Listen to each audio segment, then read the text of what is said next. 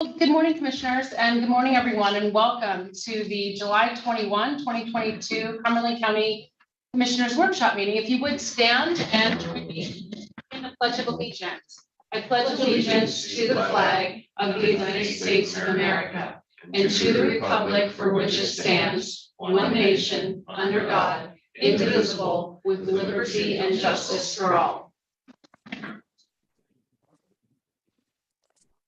Call this meeting to order at 9 a.m. and at this time I open up the floor to public comment. Hi. I just wanted to introduce myself to you all. I'm Bonnie Zahler. I'm the Executive Director of Luminest. We're an affordable housing developer, owner, and manager. And we've worked primarily in Franklin County, but recently expanded to Adams County and Gettysburg. And we're building a 40-unit affordable senior housing in downtown Shippensburg at the old Beistel complex. About a year ago, I'm going to say, you folks actually signed a letter of support for this project for low-income housing tax credits through Pennsylvania Housing Finance Agency. So I wanted to take the opportunity to introduce myself so you can put a face to my name, my agency. Bonnie, what's your name? Zahler, Z-E-H-L-E-R. If you'd like a card, I have one. Yes, yes, thanks. Thank you. Yeah.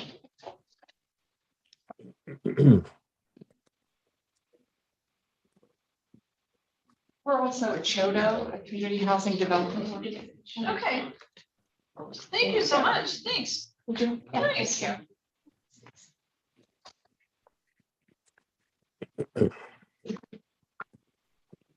Sorry, anyone online, Teresa? No, there's nobody Okay. All right, well, having no additional public comment, we'll move on then to agenda item number 3. And I'll call on Kevin Plaster to discuss the letter of support for Shippensburg Borough Multimodal Transportation Fund application. Kevin, it's nice for you to join us today. Yes, good morning. Thank you for having myself and Bill Kick. Bill Kick is on as well. He is our engineer with HRG. Currently, for the last 20 years, Borough Council has been considering putting a new road in to get from Baltimore Road to Fad Street. Cumberland County on that side of town has really grown, and developers is out of this world on that particular end of town. 350 more homes are potentially to come in off of Baltimore Road. And it's just making downtown Shippensburg traffic jam. And if there's any kind of 81 closures, that makes it worse. This new road would definitely help surrounding townships. My point with surrounding townships, Shippensburg Township, Southampton Cumberland, and Southampton Franklin all would benefit from this new road. We have over 20-some thousand residents with all of us combined, and we would like to try to pull this project off. We also have a support letter from Kirk Stoner. So I'll turn it over to Bill. Bill, you want to say anything briefly? Sure. Thanks, Kevin. And thanks for making the virtual option available to us today. I had another meeting that I left to get here, but I really wanted to talk to you about this. As Kevin said, I've worked for the borough for the entire time that this project's been discussed. It started about 20 years ago, and it truly is a multimodal transportation project, because in addition to the benefits that Kevin just mentioned, it will also open up several acres, well, almost 100 acres of property that's owned by the borough, that they have future plans to develop a park in, community center like a YMCA type facility.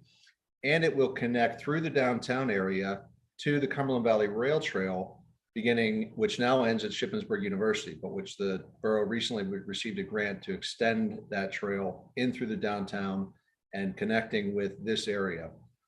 It'll also draw attention to a historic landmark in the borough in the Dyckman House, which is it's a 19th century hatch house that was developed by a gentleman whose last name was Dyckman. He had a lot of input into the foundation, the founding of Shippensburg University at the time. He designed the borough's first water system. It's a beautiful 19th century house that sits on a lake or a small pond, and they would like to develop a community park around it. So it is multimodal in that it is going to provide for pedestrian traffic, active lifestyles, and vehicular traffic. It just ticks a lot of boxes when it comes to things that, I find worthy of funding, and that's really why we're seeking your support today. Thank you. Commissioners, do you have any questions about the project or the letter of support? Getting the infrastructure in ahead of time, that's the way to do it. And I have no questions, no issues.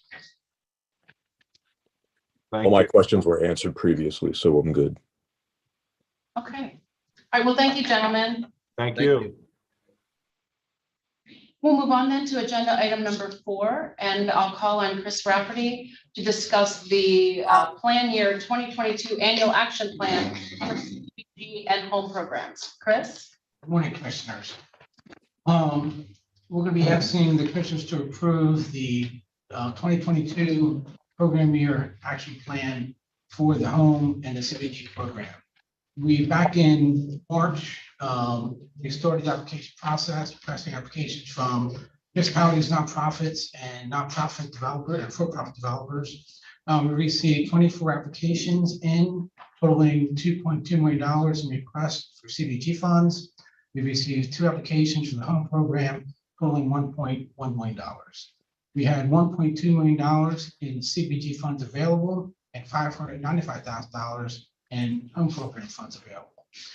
Staff went through all the applications for compliance with CDBG and home program requirements. Those projects that were deemed eligible and fundable were reviewed, made funding determinations, provided a funding recommendation to the Commissioner's office. We're at this point where we need to submit the application to HUD by August 16th. We have had several public hearings. We've advertised in the newspaper, given the public a chance to comment on the proposed activities and also the housing and development needs of the county.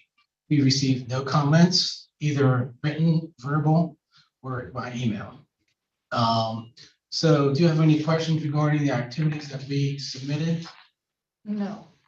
No, thanks, Chris. All right. Thank you. Chris. Thank you.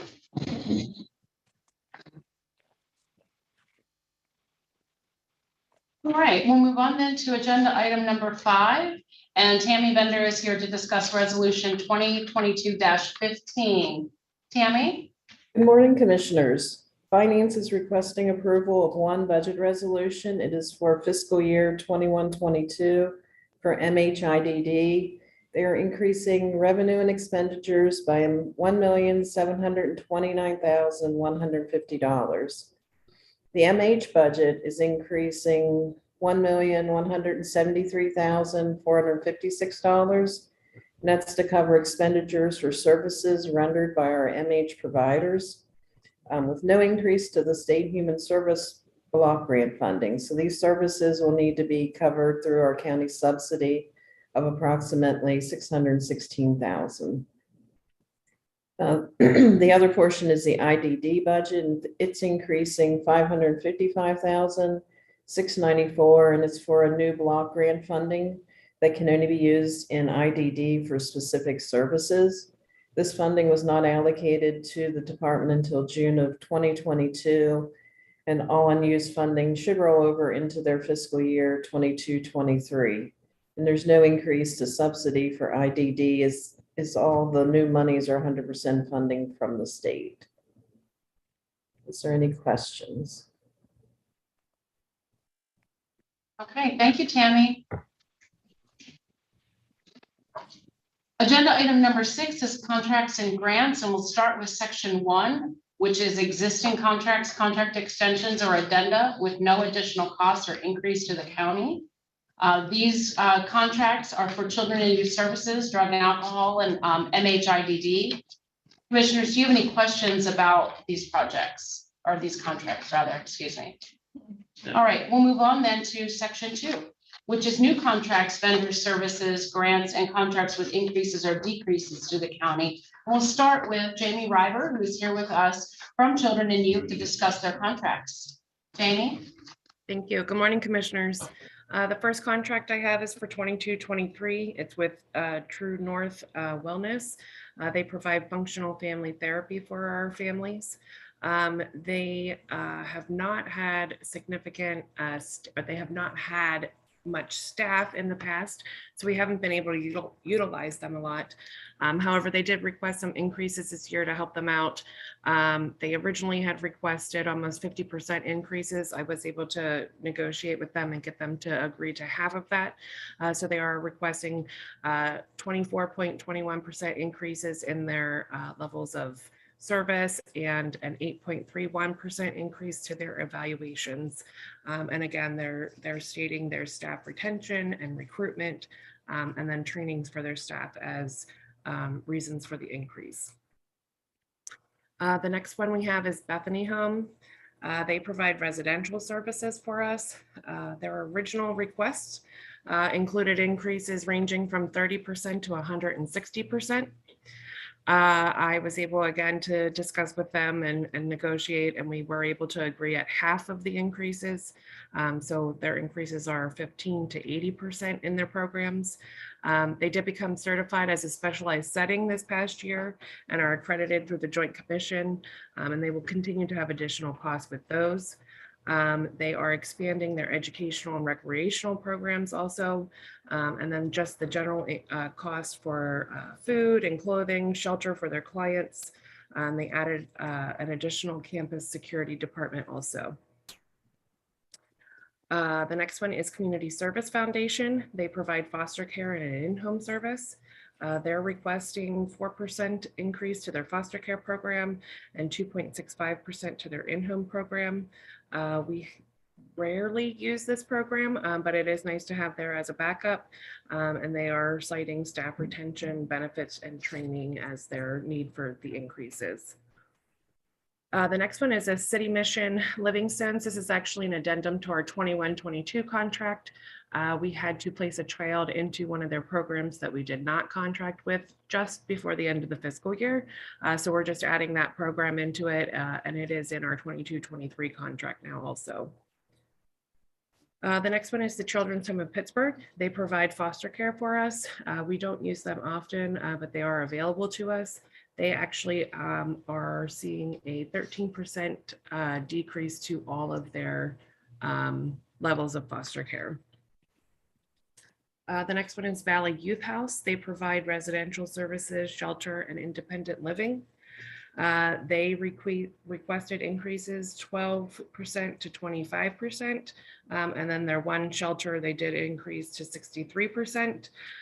We do not use them often based on their location, but again, with the shortage of placements and the difficult youth that we have, we do like to keep them on standby.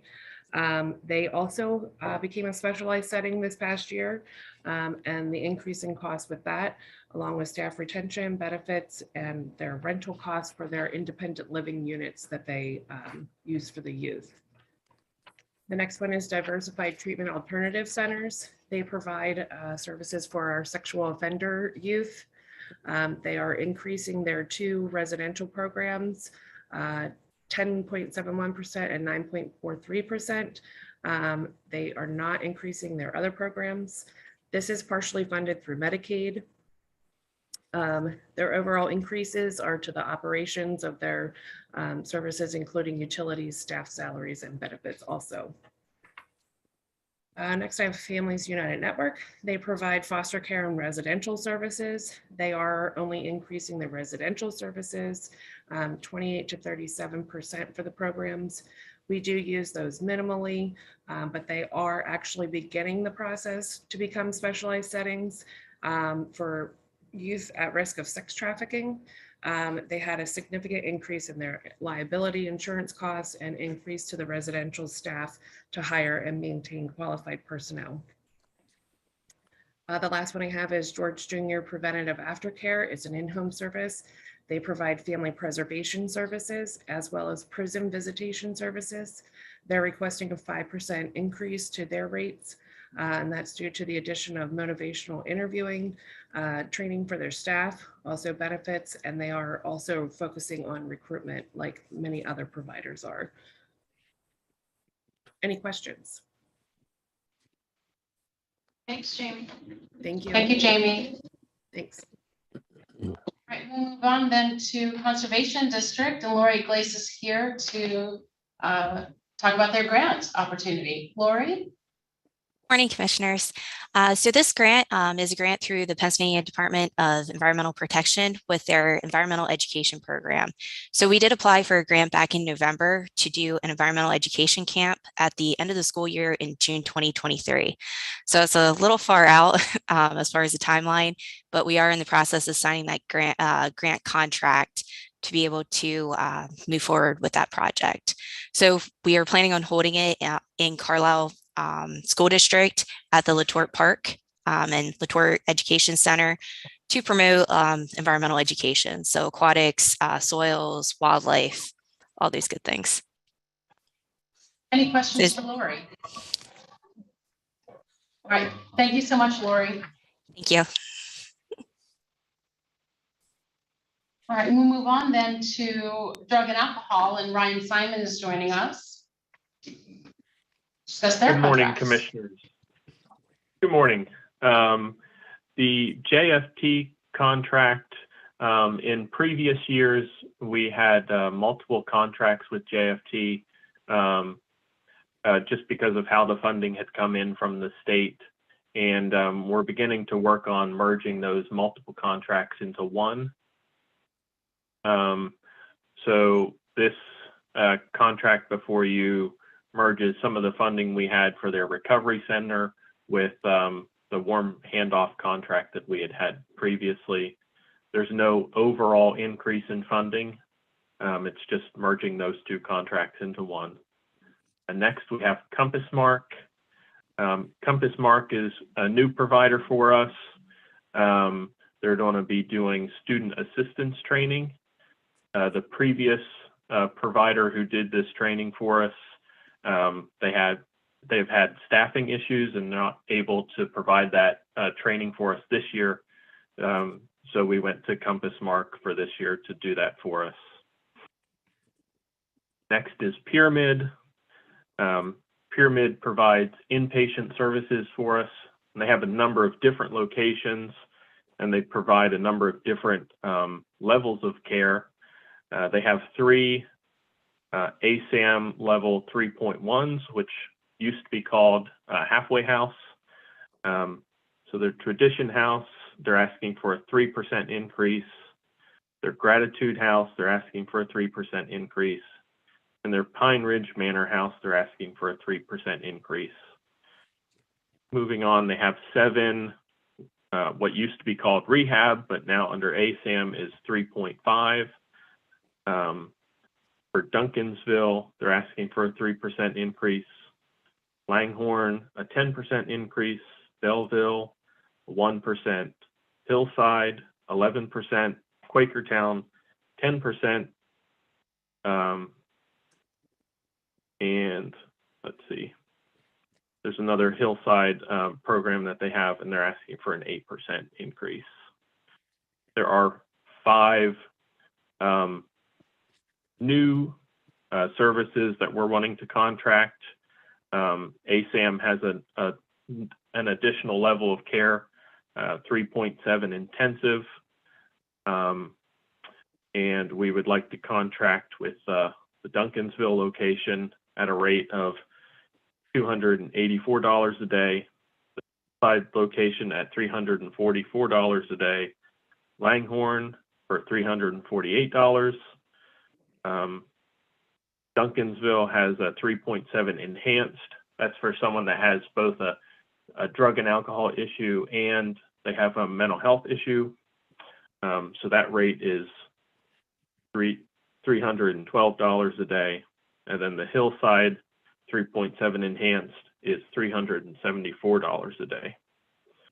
Additionally, they have 4 what used to be called detox locations. Now it's called 3.7 withdrawal management.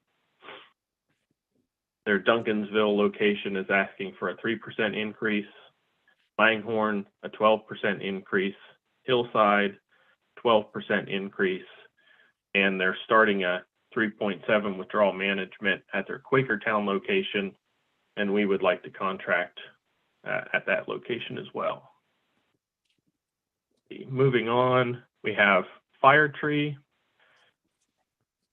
Their Conewago Place location is asking for a 11% increase. Knoxville, 6% increase, and Snyder, 13% increase.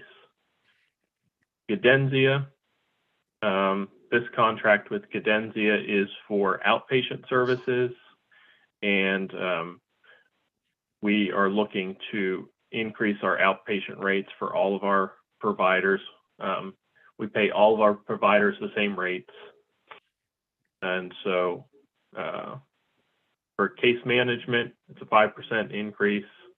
Outpatient individual, a 5% increase. Outpatient group is a 6.67% increase. Intensive outpatient, 5%, and intensive outpatient group is a 7.69% increase. And finally, Catholic Charities, they provide, again, what used to be Halfway House, it's now called 3.7 under ASAM, and they're asking for a 13% increase. Any questions? All right, thank you, Ryan. Thank you. We'll move on then to the finance office, and Tammy Bender is here to discuss their contract. The contract before you is with Huggins Actuarial Services. This is for an actuarial review of our workers' compensation liabilities. We are self-insured for workers' compensation. So the Huggins projects funding rates by class and the reserve balance for 2023. And we use the funding rates to charge back to departments to maximize federal and state funding. And the reserve balance is the minimum balance to fund our current claims. This contract is increasing $446, making the contract amount $5,627. Any questions? Any questions for Tammy? Thank you, Tammy. Move on then to Human Resources, and Holly Sherman is here to discuss their contract. Holly? Good morning, Commissioners. The request before you is a one-year extension with Castle Branch. They perform our pre-employment background screenings to include drug tests, criminal background checks, reference checks, all of those things. It is showing as a decrease in that prior contracts had been multi-year contracts and had included our hiring for the nursing home. This is an addendum to just include the hiring for the county, obviously, and just 1 year. So that is why the significant decrease. Any questions for Holly? All right. Thanks, Holly. Okay, we'll move on then to MHIDD, and Sue Carbaugh is here to talk about the contracts. Hi, Sue. Hi. So good morning, everyone. So we have some early intervention contracts. First, we have the addendums for fiscal year 21-22, which are aspirations, which is an addendum of $14,749 increase because of additional services that were authorized. And then Feeding Little Bellies is also an amendment for fiscal year 21-22 of $2,611 for additional services that they provided. The new contract for early intervention for fiscal year 22-23 is for the International Corporate Training and Marketing.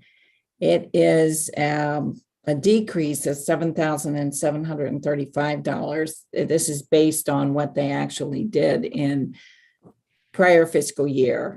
So we will amend the contract if they need more funding. And it is for language interpretation.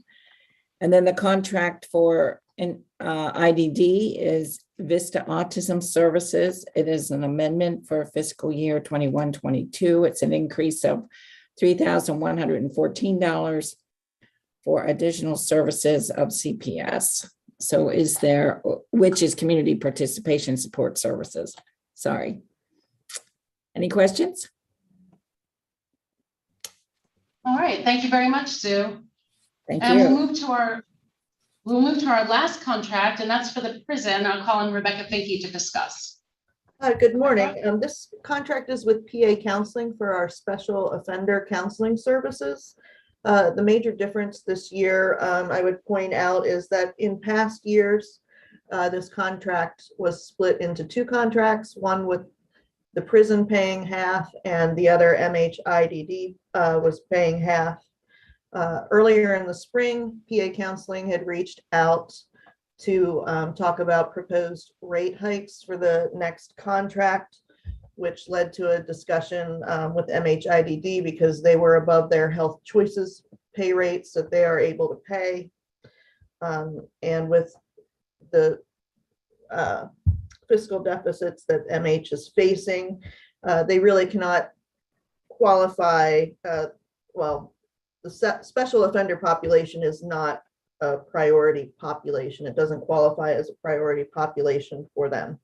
So the prison feels that for public safety, this counseling is important for the special offender inmates who are going out into the community to work.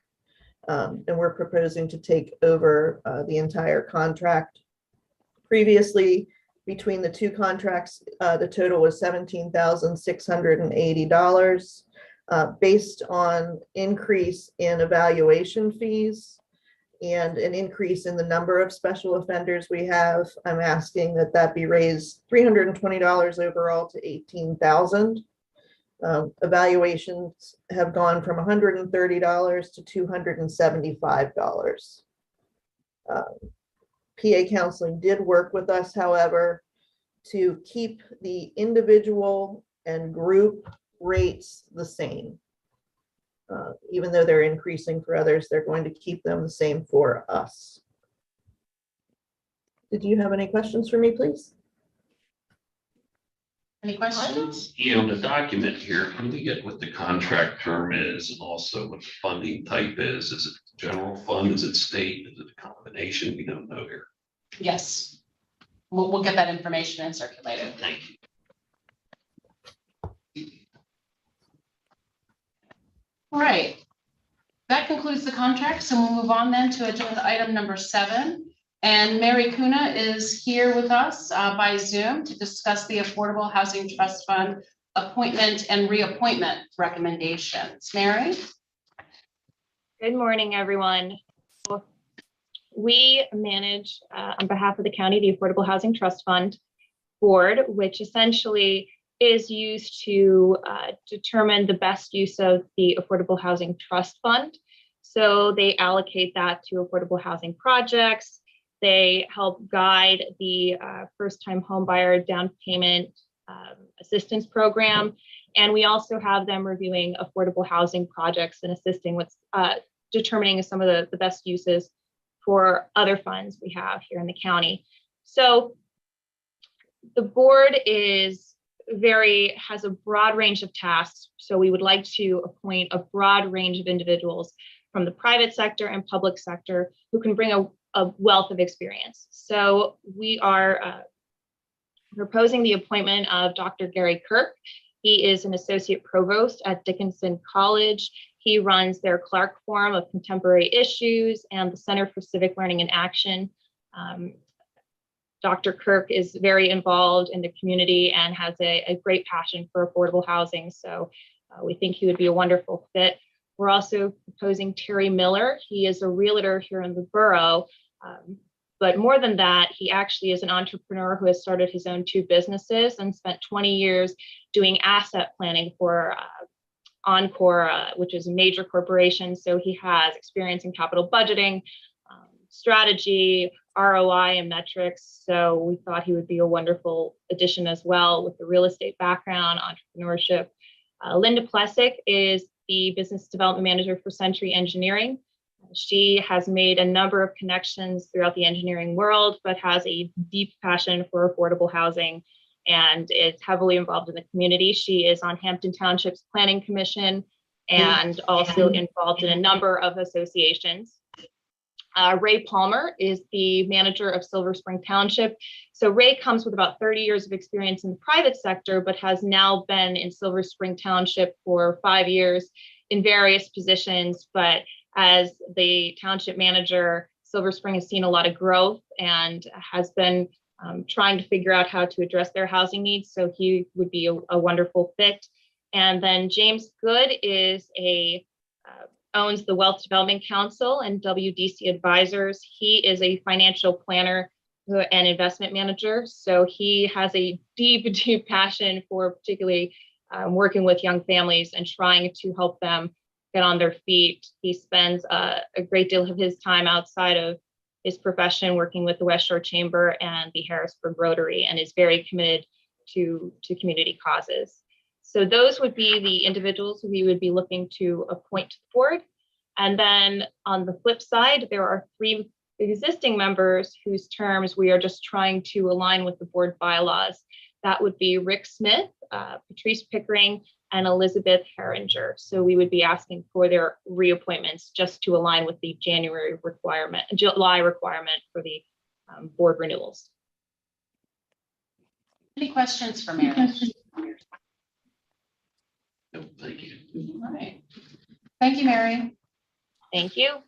We'll move on to our next agenda item, and this is an appointment recommendation for the Cumberland County Commission for Women. I'll call on Commissioner Fawcett to discuss. Well, good morning. So the Cumberland County Commission for Women is asking for the appointment of Kate Marr to the board. And her appointment is to fill a vacancy effective July 25th, 2022 and expiring on December 31 of 2023. Kate is a Carlilian, and she is also the Associate Director of Policy and Regulatory Affairs at Penn State Health. And she has an interest in improving services for women who are victims of domestic violence as well as human trafficking. Thank you, Commissioner. Any questions? All right, move on then to agenda item number 9, and I'll call on Jim Brandt to discuss donations that need approval for the Department of Public Safety for the LEPC Sarah Summit. Jim? Good morning.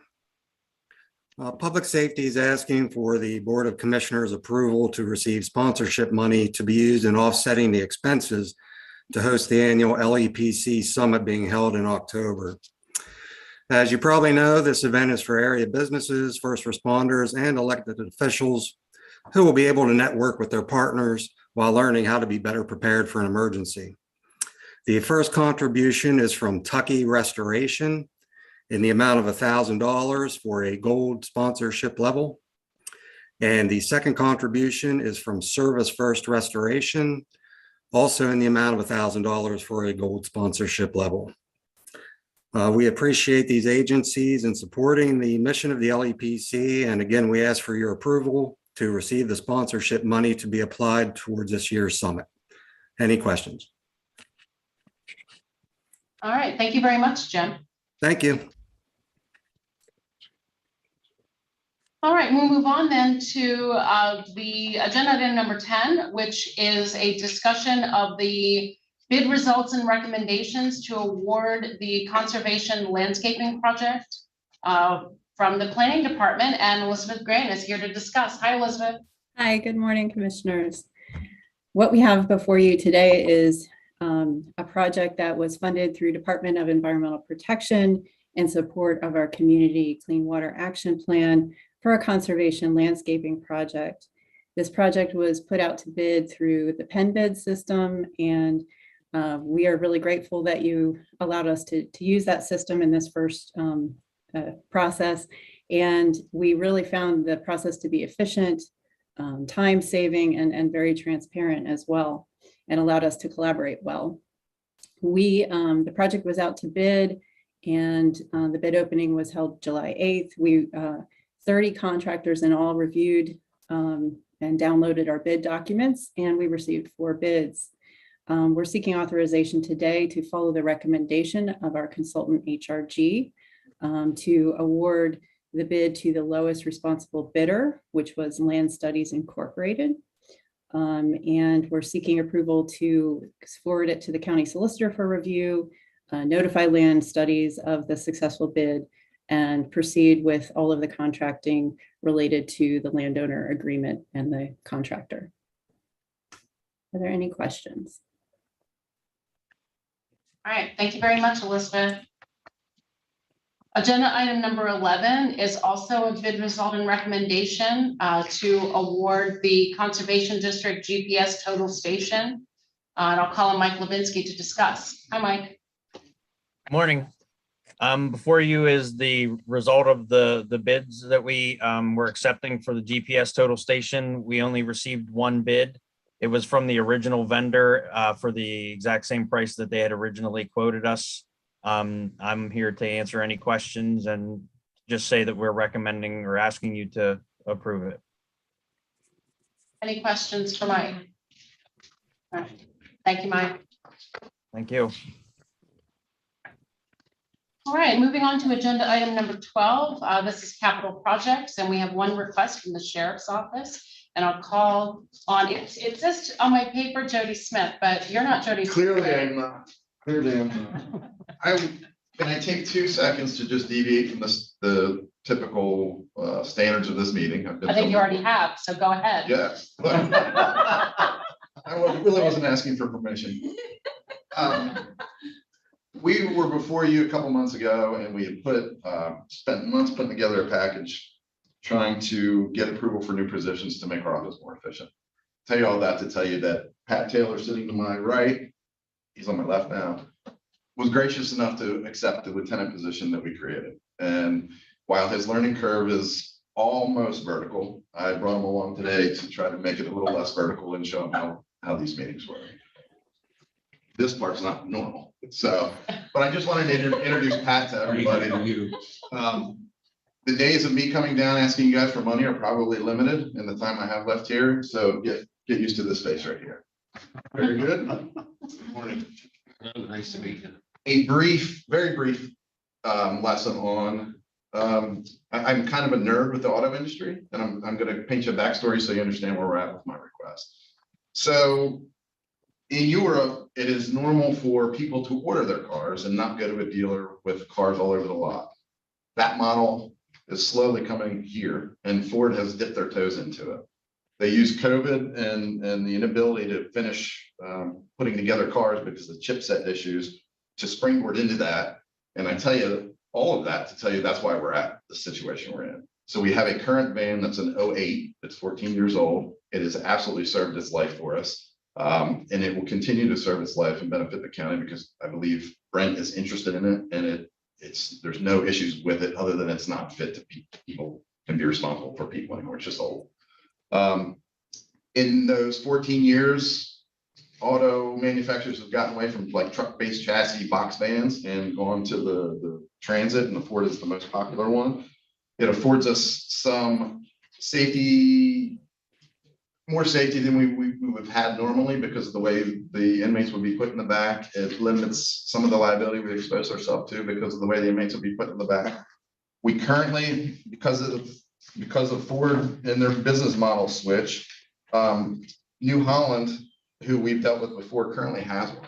And if we didn't jump on it, we'd be looking at next year before we could even start looking for another one. So that's where we're at with that. I think the price after CoStars is $50,000, and by the time we get through upfitting it, so you guys know this business is kind of expensive. The vans, we have to upfit it. We have to put gear in it. We have to put radios in it. We have to put lights on it. We have to put stuff to make sure the inmates are safe and secure.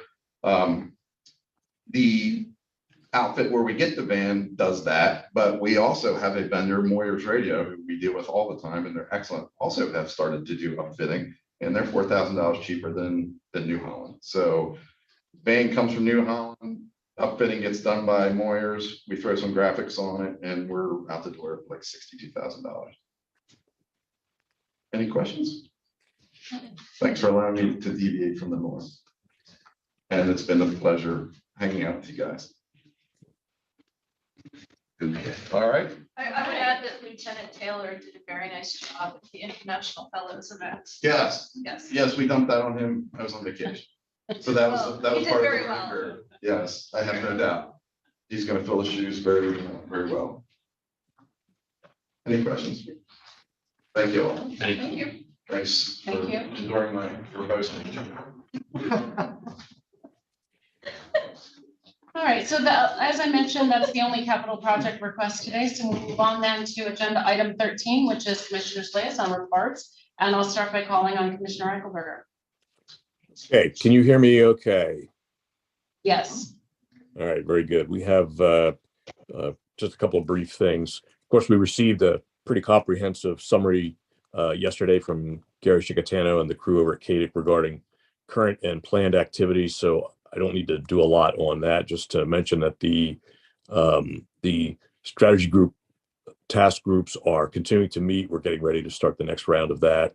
That's been a great process, and looking forward to concluding that so we can hammer out the action plans that are going to guide us on the hiring questions as we reboot the organization post-COVID. So lots of progress on there, as you all heard yesterday in Gary's presentation. He's doing a marvelous job moving the organization forward. On the MHIDD side, not a lot of information, but there is a board meeting, advisory council meeting this afternoon at 12:15. I'll be on that. I do have a couple of items since the agenda was sent out. We have some minimal reporting, but there's no report in regards to the big question, which is how did we do in terms of the conclusion of the Commonwealth's budget process. And MH is still waiting to get more details on that. As was explained to me at the CCAP governance committee meeting this week, one of the other attendees mentioned that there's a number of funding sources that are all aggregated under a single line item in the Commonwealth budget, and that's why it's difficult to really parse out what's going for what and where that money is intended to go by the legislature. So we're hopeful to have information on that soon. Maybe even today. I'll have to check in with Annie. This summary that she sent was just sent yesterday. So there'll be details forthcoming on that. So on the IDD side, we also have both sides. We have the Human Services Block Grant development process continues. The draft is in late stage development. The advisory board will be receiving that then for comment prior to the initiation of public hearings. The first public hearing will be August 8th, just around the corner. And then it will eventually come to our Board of Commissioners on August 18th. We'll, of course, have it in advance. Perry County will by then have met on the 15th to have their hearing and presumed approval. So that is forthcoming. We'll know more soon. Specifically on the IDD side, we're all familiar with Project Search and the successes we've enjoyed there. And the next group of interns will be kicking things off on September 6th. There are going to be 5 new interns, so we're looking forward to that. Hopefully we're going to benefit from that as much as we have in the past. So that is certainly good news for us and good news for the interns. Very quickly, the early intervention summary is that the numbers, we're continuing to experience elevated numbers for the evaluation requests. Again, this is for toddler age children, so we can more easily identify potential problems and address those through treatment interventions. We've seen those escalate enormously. Some of that's because of our growth as a county population, but also because of the increased attention and some of the classification changes in terms of addressing autism. Autism still continues to be a significant driver of those numbers, but those are continuing to go up, and IDD has brought some additional staff on board, both for the evaluation process as well as the service provision end of things. So we're obviously continuing to watch that. That's all I have. When I get some budget information, I'll see that Annie shares it with all of us, or I'll pass along whatever she's able to give me. That's all I have. All right, thank you, Commissioner. Commissioner Fauci. Well, good morning, Cumberland County. So the library system The summer use of the libraries by our children is robust, and there's lots of really excellent fun programs going on at the library. I would encourage everyone to check that out. This morning I had planning commission, and of course had to leave early to be here. But so far, by the time I'd left, the planning commission had moved to certify the property at 91 Beaver Avenue in Enola as blighted. Mary Kuna was there to give her presentation, and they went ahead and moved to recommend the rezoning of 6441 and 6445 Carlisle Pike from R1 to C3. And when I left, there was quite a discussion going on about a possible rezoning in Southampton Township of 101 Goodhart Road, and that it was supposed to be a rezoning from agricultural conservation to commercial. There was quite a discussion going on. And one of the reasons for the discussion was, of course, there was a request to move a piece of property from agriculture conservation, but the developer there is saying that they will widen a bridge, a PennDOT bridge, and are in talks with PennDOT to do that. So that really there was lots of deep conversation about, what are we going to do when we can't get 81 fixed, and what are we going to do when we commit that we're going to keep lands in agricultural conservation. So I don't know how that wound up, but I will update you when I know more. So I did not get to stay for the update to the county comprehensive plan, the retreat follow-up.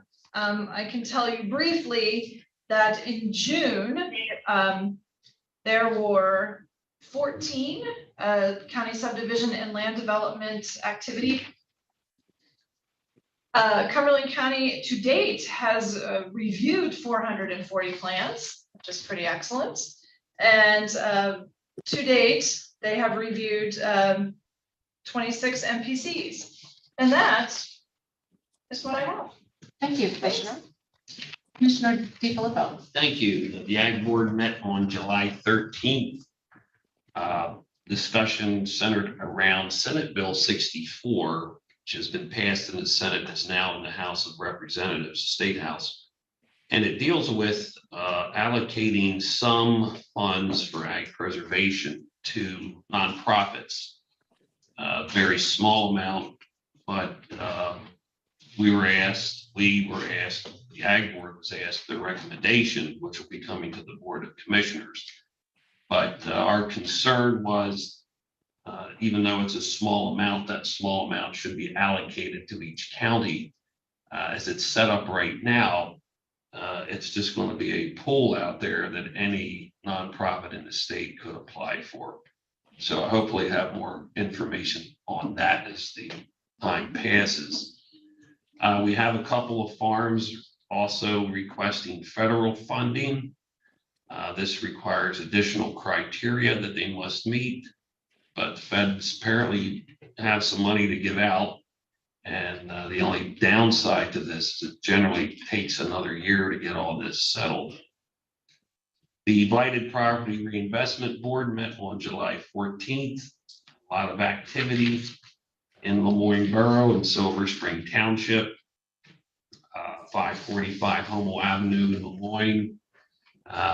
It's going through a tax sale, but it's still eligible. Blight process has been initiated on 6583 Carlisle Pike in Silver Spring, which is the former Hobestown Tavern. There's a good potential there for restoration. Blight process also initiated at 44 West Main Street, New Kingstown. Blight process initiated on 6883 Wordsville Road, Silver Spring Township.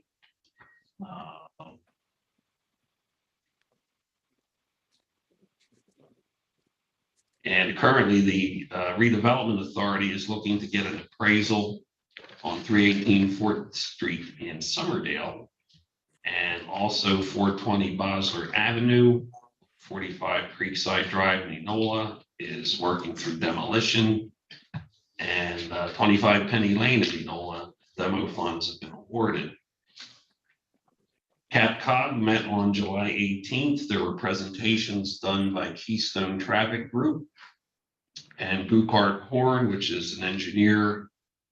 Their presentation was mainly centered on electronic vehicle charging devices, what they could offer. And as a reminder, the Capcom Golf event is September 19th at Armitage. You don't necessarily have to golf. You can come out for dinner later in the evening. And the Housing and Redevelopment Authority meets today at noon, which I'll be participating. And I want to thank Mary Kuna for getting additional individuals to serve on the Affordable Housing Trust Fund Board. We've had issues with not having enough people for a quorum in past meetings. I'm very happy to see that that appears to have been rectified. And that's it. Thank you, Commissioner. I would like to report that executive sessions were held on July 6, 2022 at 9:30 a.m. and July 20th, 2022 at 9:30 a.m., both regarding personnel. Is there any other business to come before the board today? All right, hearing none, seeing none, we are adjourned.